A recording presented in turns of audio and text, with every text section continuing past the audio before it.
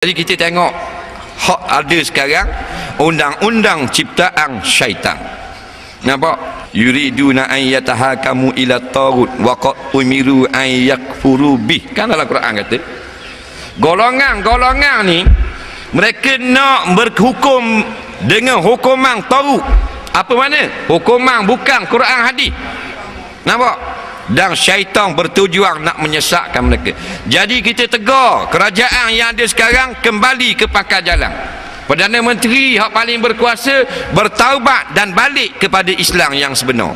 Tegakkan Islam dalam negara. Biar kita tak merintah pun memerintah, tak apa, siapa mampu. Tetapi tegakkan Islam. Sebab kalau mung dak dang tegakkan Islam, Allah tanya mung sorang-sorang lagi. Bukan mung saja rosak ni, segala rakyat jadi sesat habis dengan sebab duk suka benda yang benar sebenarnya salah, yang salah sebenarnya benar. Ni zaman dia. Nabi kata sanawatun, ada beberapa zaman akan datang yukazzabu fiha sadiq. Orang cakap lebang, orang kata betul. Nampak? Wa yusaddaqu bihil kazib. Orang cakap penawak dicakap betul, orang cakap benar dikata pelawak. Ini zaman dia. Tok guru ngajar pelawak, dia kata pelawak, la ilaha illallah. Dia tak gisu kan orang ngajar dengar kod speaker dia sakit hati berkali.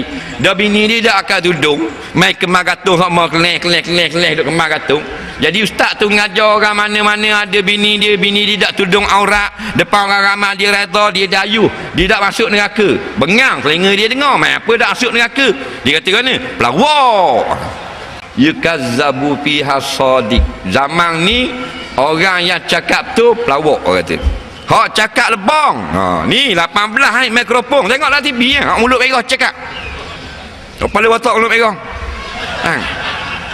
Mic 18 padahal lebang, pelawak, dusta, tipu.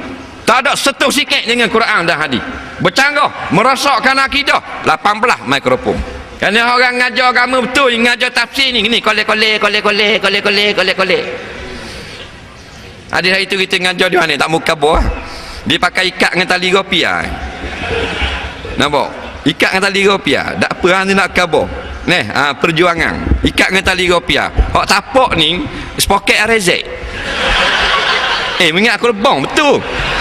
Sepoket RZ tak muka bawah lah. Masjid mana? Dia welding besi sini. Tapi atas ni lembek, dia diikat. Jadi bila tengah ngaji turun kolek, turun. Wak naik mula 2 minit kolek gitu. Nah, dia masalah. Molek air tak ali jiru. Baru kerah hak mau.